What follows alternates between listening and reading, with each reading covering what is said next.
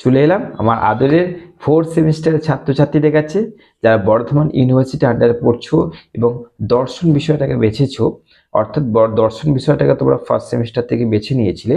তাদের 4th সেমিস্টারে দর্শনে কি কি পড়তে হচ্ছে, কি কি সিলেবাস রয়েছে এবং কতটা এটা সহজ বা শক্ত হতে চলেছে, আজকে তোমাদের এই ভিডিওতে আলোচনা করব।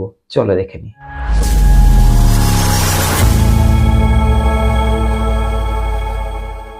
তো প্রথমে তোমাদের বলে দিই, তোমাদের দর্শনের যে সিলেবাস, অর্থাৎ তোমাদের দর্শনে যেগুলো পড়তে হচ্ছে, খুবই সহজ, খুবই সহজ যদি তোমরা বুঝতে পারো। এখানে অনলাইন ক্লাস চলে, এখানকার স্টুডেন্টসদের দর্শন সাবজেক্টটাকে লেখানোর পর তাদেরকে বুঝিয়ে দেওয়া হয় একদম জলের মতন করে। কারণ দর্শন বিষয়টা বেছে নিলেও অত সহজ নয় কিন্তু যে পড়বো আর মাথায় ঢুকে যাবে। দর্শনটা কিন্তু একটু টাফ রয়েছে। দর্শনের লেখাগুলো প্রত্যেকটা ওয়ার্ডের একটা অন্যরকম মিনিং থাকে, একটু মারপ্যাচ থাকে দর্শনের প্রত্যেকটা ওয়ার্ডে। লাইন তো দূরের, প্রত্যেকটা ওয়ার্ডে অন্যরকম মানে থাকে। আর সব থেকে বড় কথা, দর্শনের যে ভাষাটা সেটা অনেকটাই সংস্কৃত ভাষার মতন কিন্তু আমরা দেখি, তাই না? কিছু কিছু তো শব্দ মুখ দিয়ে উচ্চারণ হয় না। তো তোমাদের 4th সেমিস্টারে দর্শনের সিলেবাসটা তোমরা দেখে নাও, খুবই সহজ যদি তোমাদের মাথায় ঢোকে, নচেত কিন্তু একটু শক্ত হতে চলেছে। দেখে নাও তোমাদের যেগুলো পড়তে হচ্ছে, তার মধ্যে তোমাদের বলে দিই, টোটাল 6টা পড়তে হচ্ছে। তোমাদের সিলেবাস রয়েছে 4th সেমিস্টারের দর্শনের 6টা, অর্থাৎ 6টা ঋষিমুনি বা লেখক, এদেরকে নিয়ে কিন্তু আমরা দর্শনের 4th সেমিস্টারটাকে ক্লিয়ার করব। কি কি রয়েছে? রবীন্দ্রনাথ ঠাকুর রয়েছে, স্বামী বিবেকানন্দ রয়েছে, শ্রী অরবিন্দ রয়েছে, রাধাকৃষ্ণন অর্থাৎ আমাদের সর্বপল্লী রাধাকৃষ্ণন রয়েছে, ইকবাল রয়েছে, আর রয়েছে আমাদের গান্ধীজি।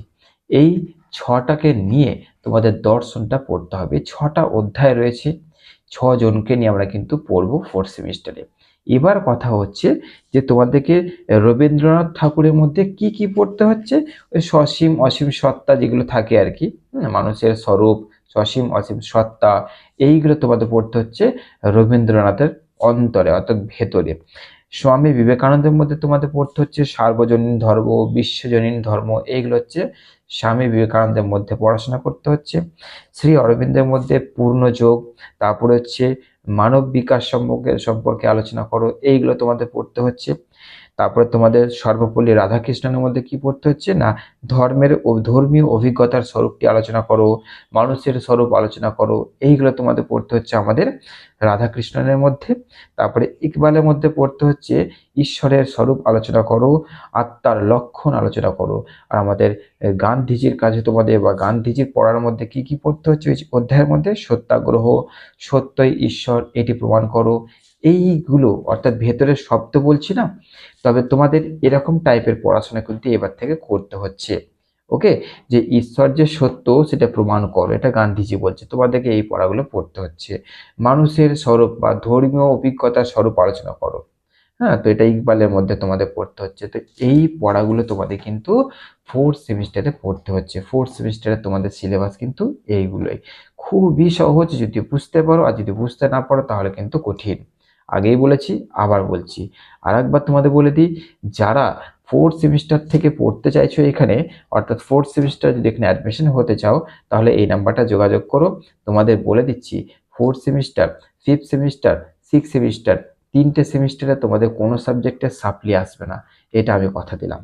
যারা 3rd সেমিস্টারে আমার সাজেশনস দেখেছে তাদেরকে তো বলতেই হচ্ছে না, কিন্তু যারা নতুন যুক্ত হয়েছো তাদের বলে দিচ্ছি, চোখ বন্ধ করে তোমরা এখানে ভর্তি হও। তোমাদের পরবর্তী যে সেমিস্টারগুলো আছে, একটা সাবজেক্ট আমি সাপ্লি আসতে দেবো না, এটা আমার তোমাদের কাছে চ্যালেঞ্জ রইল।